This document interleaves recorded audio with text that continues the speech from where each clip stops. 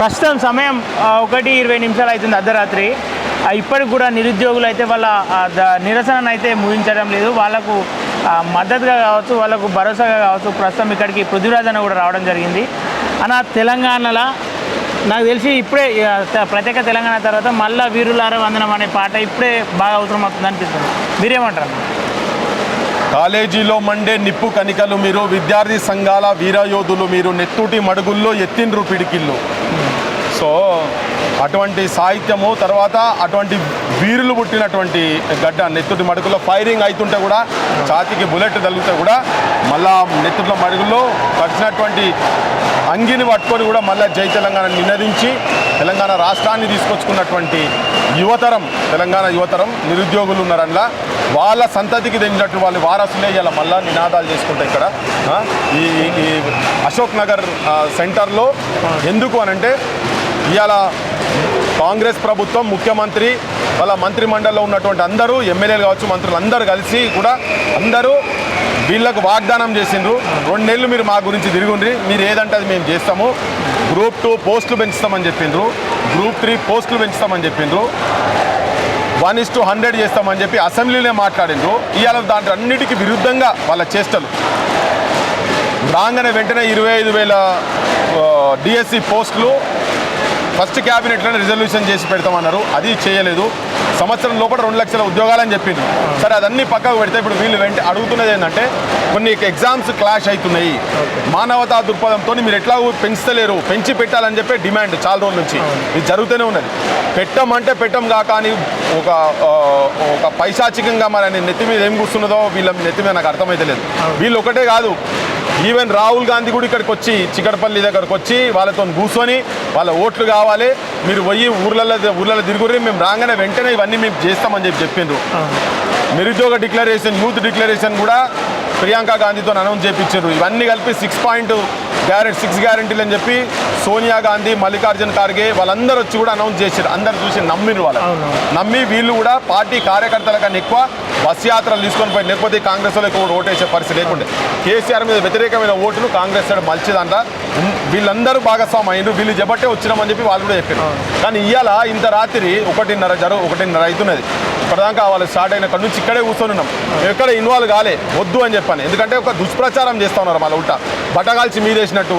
దీంట్లో కూడా రాజకీయ పార్టీ ఇన్వాల్వ్ అయిన అక్కడోడు ఇక్కడోడు కుప్పకున్న కాడ వచ్చి బెల్లం ఉన్న కాడికి ఈగలు వాలినట్టు రాజకీయ నాయకులు కొంతమంది వచ్చింది కావచ్చు, కానీ వాళ్ళతో లేరు అనేది చెప్పేటందుకు నిదర్శనంగానే ఎవరు కూడా దగ్గరికి పోవద్దని ఇవాళ నువ్వు ఒక స్టేట్మెంట్ ఇవ్వగానే భగ్గుమన్నది. ఇక్కడ కాదు దిల్సినారు కూడా మండుతున్నది, ఇక్కడనే కాదు పల్లెల్లో కూడా జనం రగులుతున్నారు. అవునా? రేవంత్ రెడ్డి స్వయంగా ఏమన్నాడు, మోతిలాల్ అనేట ఆయన ఏ ఎగ్జామ్కు అసలు క్వాలిఫై కాదు, ఆయనకి ఏం సంబంధం ఉందని నిరాహార దీక్ష చేసిందని చెప్పేసి అడిగాడు.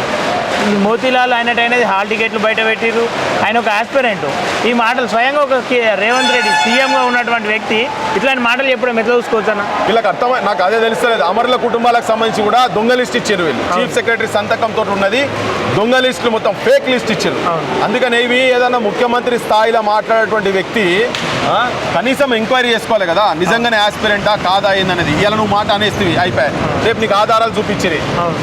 ఎవరు మన ఇంతకుముందు ప్రవళిక చనిపోయినప్పుడు కూడా సేమ్ ఆస్పిరెంట్ కాదు, ఆమె అప్లై చేయలేదు అది అని కేటీఆర్ గడికి అదే భాష మాట్లాడితే అవన్నీ తీసి చూపించారు. ఆయన ఇజ్జత్ ఎక్కడ పోయింది, పాతాళంలోకి పోయింది.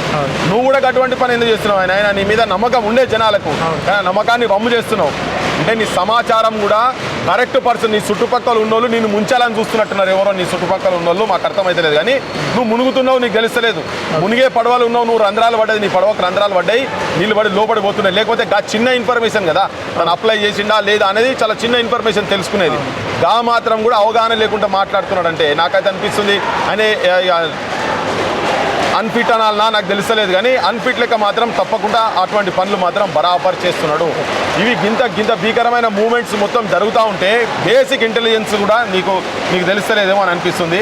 నీ కాళ్ళు నరుక్కుంటున్నావు, నీ అధికారాన్ని నువ్వు నరుక్కుంటున్నావు, నీకు సోయి లేదు, నీకు సోయికి రా. ఇంకోటి ఏదో మూమెంట్స్ అనగానే అణిచివేస్తా అనే ధోరణిలో నువ్వు పోతున్నావు కావచ్చు, చంద్రబాబు వైఖరేమో తీసుకుని నువ్వు పోతున్నావు కావచ్చు. నువ్వు అణిచివేసే ప్రయత్నం చేస్తే అంత తిరగబడతారు. ఎప్పుడైనా వాస్తవాలు ఉన్న కాడ ఏది చేసినా కానీ ఆగదు. అది ఇక్కడ వాస్తవం ఉంది కాబట్టే ఇవాళ ఇంత రాత్రి అయినా కూర్చొని ఉన్నారు వాళ్ళు ఇక్కడ. ఇదే కాదు, నువ్వు మొన్న కూడా చూసినావు, అక్కడ నుంచి నడుచుకుంటూ వచ్చిండ్రు సిటీ కాలేజ్ కాడికి వెళ్ళి రాత్రి నడుచుకుంటూ వస్తే వాళ్ళ చిన్న అవహేళన చేసి ఏదో పార్టీ వెనుకకుండి స్పాన్సర్ చేస్తున్నది అనేది. స్పాన్సర్డ్ మూమెంట్స్ చేసే అలవాట్లు మీకు ఉన్నాయి కావచ్చు, కానీ ఈ విద్యార్థి యువకులకు అట్లా లేవు. అడ్డ మీద కూలీలు, పిచ్చి పిచ్చి మాటలు, ఈ పిచ్చి పిచ్చి పనులు మీరు చేసేటని. ఇలా మీరు మీ కుటుంబాలతో ఇళ్ళలో మంచిగా చల్లగా వండుకున్నారు. వేరే పార్టీలకు వచ్చి ఎమ్మెల్యేలు కొనుక్కొని వాళ్ళ కుటుంబాలు కూడా మంచిగా చల్లగా వాళ్ళ ఆస్తులు కాపాడుకుంటూ అందుకున్నారు. కానీ పొట్టకూటి కోసం ఇలా నిజంగా కూడా అన్ఎంప్లాయ్మెంట్తోని అడ్డాల మీద కూలీలుగా కడుపు నింపుకుంటేందుకు, చదువుకుంటేందుకు అడ్డా మీద కూలీలుగా పనిచేస్తుండొచ్చు. కానీ మీ లెక్క రాజకీయ వ్యభిచారమో రాజకీయ అడ్డ మీద కూలీలు లెక్క చేస్తలేరు వాళ్ళు. జీవితం లేదో సాధించాలని ప్రతిభ ఉన్నది వాళ్ళ దగ్గర, విజ్ఞానం ఉన్నది వాళ్ళ దగ్గర. నిరుద్యోగులను కూడా ఇలా మాట్లాడిన స్పీచ్లో చాలా చిన్న చూపు చూసినట్టు అవహేళనగా మాట్లాడాడు.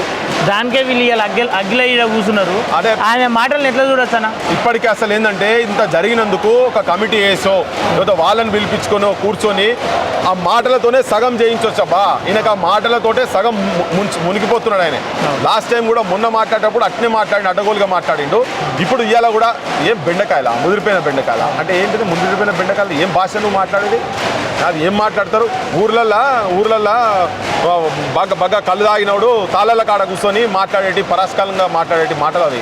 ఆ మాటలు ఒక ముఖ్యమంత్రి స్థాయిలో మాట్లాడాల్సిన వ్యక్తేనా? అది నీ గౌరవం అనిపిస్తుందా? అది నువ్వు ఎవరి మీద మాట్లాడుతున్నావు? నువ్వు పీజీలు, పిహెచ్డీలు, డబల్ పీజీలు చేసిన వాళ్ళు, సివిల్ సర్వీసెస్ గ్రూప్స్కు ప్రిపేర్ అయ్యేటువంటి ద నాలెడ్జ్ ఆఫ్ తెలంగాణ అటువంటి వాళ్ళ మీదనా నువ్వు మాట్లాడేది ఆ భాష? నువ్వు చెప్పు, వయసు అయిపోతున్నది, కాకపోతే ఇంకో 2 నెలలు మేము పొడిగిస్తాం, అటువంటి భాష మాట్లాడగాని నువ్వు చెప్తున్నావు. మళ్ళీ ఇంకోటి, వాళ్ళకి నీ మీద నమ్మకం లేదు, నువ్వు మళ్ళీ పోస్టులు ఇస్తావు అని నమ్మకం లేదు. వాళ్ళకి అపనమ్మకంతో కూడా చాలామంది బయటకు వచ్చి మాట్లాడుతున్నారు ఇలా. అదే దాన్ని నువ్వేమంటావు? ఇవాళ ఏమంటున్నాడు? నువ్వు మళ్ళీ ఎవడో రాసేస్తే అయిపోతుంది, ఎవడు వ్యవసాయం చేసుకుంటాడు, ప్రైవేట్ స్కూల్లో పోయి పంతులు చెప్తాడు, పంతులు పని చేసుకుంటాడని చెప్తున్నావు, నువ్వు పాఠాలు చెప్పుకుంటాడని చెప్పి. అంటే నువ్వు ఇక గవర్నమెంట్ రిక్రూట్మెంట్ చేయవు అనేది నీకు నువ్వే జనానికి చెప్పదలుచుకున్నావా? అంటే వీళ్ళు కూడా ఏమని, అంటే ఇప్పుడు ఇది వదిలేస్తే మళ్ళీ మాకు నౌకలు రావు అని ఒక భయం క్రియేట్ అయింది ఇలా ఆయన మాటల తర్వాత. సో దాన్ని నీ మాటలతోటి, నీ నాలుకెక్కువ ఫస్ట్ నువ్వు కేసీఆర్ లెక్కనే మాట్లాడితే మాత్రం నువ్వు కూడా ఖతం అవుతావు. ఇప్పుడు ఆల్రెడీ నీ మీద నెగటివిటీ స్టార్ట్ అయితే అది జరగకుండా చూసుకోవాల్సిన బాధ్యత నీ మీద ఉండే, కానీ నువ్వు అది నీకు నువ్వే ఇంకా రోజుకు దాని లోపల పోతున్నావు. కేసీఆర్ మాట్లాడిన భాషను నువ్వు కాపీ చేయకు, అది కరెక్ట్ కాదు. ఓకే, రేవంత్ రెడ్డి ఏదైతే 2 లక్షలు అన్నాడో 2 లక్షలకు 2 సున్నాలు తగ్గించి 2000 ఏమంటే ఎత్తలేరు.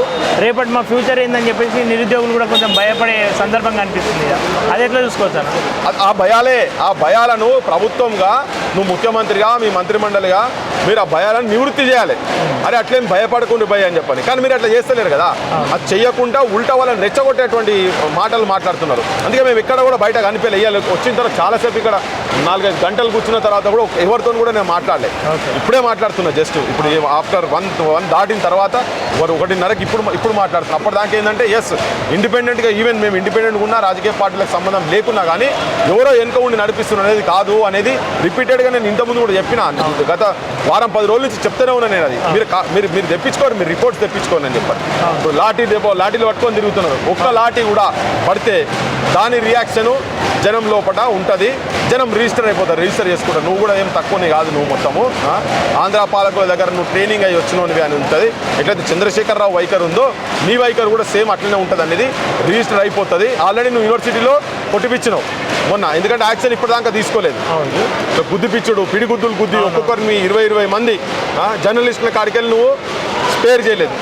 ఇప్పుడు నువ్వు అదే సేమ్ కనుక ఇక్కడ మాత్రం కంటిన్యూ అయితే ఇది పోతుంది, ఇది జనం లోపల. నేను అతను పిచ్చి పని చేయడం అనుకుంటున్నా. ఒకవేళ లాఠీ చార్జ్ కనుక జరిగింది అనుకో, నిజంగా పిచ్చోలేదు. ఓకేనా, ఆస్పిరెంట్స్ ఎవ్వరు కాదు, ఇక్కడ కూర్చునే వాళ్ళు అందరూ ఉట్టు మనుషులే అని చెప్పేసి అన్నాడు ఒక మాట. వీళ్ళందరినీ చూస్తే ఎట్లా అనిపిస్తుంది అన్న మీకు? వీళ్ళు కాదు, నేను మొన్ననే ఆ యాత్రకు వచ్చిన తెల్లారే కదా మహబూబ్ నగర్లో పోయి మాట్లాడింది. పిల్లలు ఓల్డ్ సిటీకి వెళ్ళి వచ్చినప్పుడు అందులోకెళ్ళి అంతమంది ఉన్నారు కదా, ఒక 10 మంది ఆస్పిరెంట్ కాని వాళ్ళని చూపియ్యా, మేము నోరు మూసుకుంటామని చెప్పినాం.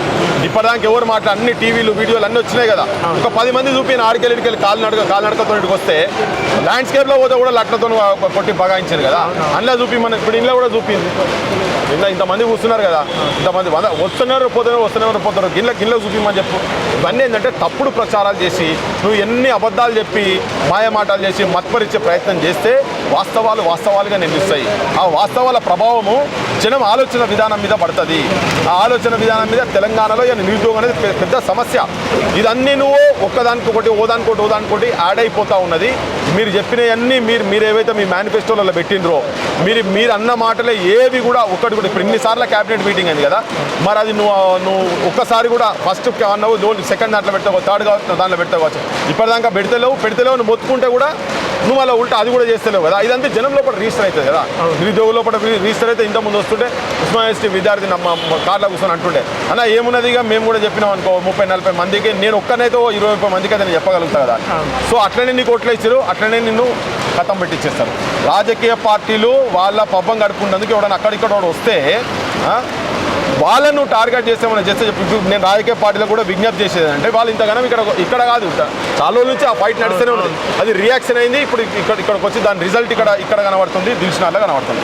రాజకీయ పార్టీలకు నిజంగా కూడా చిత్తశుద్ధి కనుక ఉండేది ఉంటే వాళ్ళ ఎమ్మెల్యేలు అంతా మొత్తం పోయి స్ట్రీట్స్ మీద పోయి వాళ్ళ క్యాడర్తోని ఫైట్ చేయమని చెప్పండి. వీళ్ళకి సపోర్ట్గా ఇక్కడికి వచ్చి వీళ్ళని డిస్టర్బ్ చేసి లేకపోతే వీళ్ళని కనిపించిన ఫోటోలు దిగి పోయేళ్ళ తెల్లారి పేపర్లు వచ్చింది మాకే ఉన్నది, వాళ్ళకు ఉన్నటువంటి పత్రికలలో హెడ్లైన్స్లలో ట్యాబ్ లైన్స్లలో మొత్తం పెద్దగా పెట్టుకొని వేయించుడు కాదు.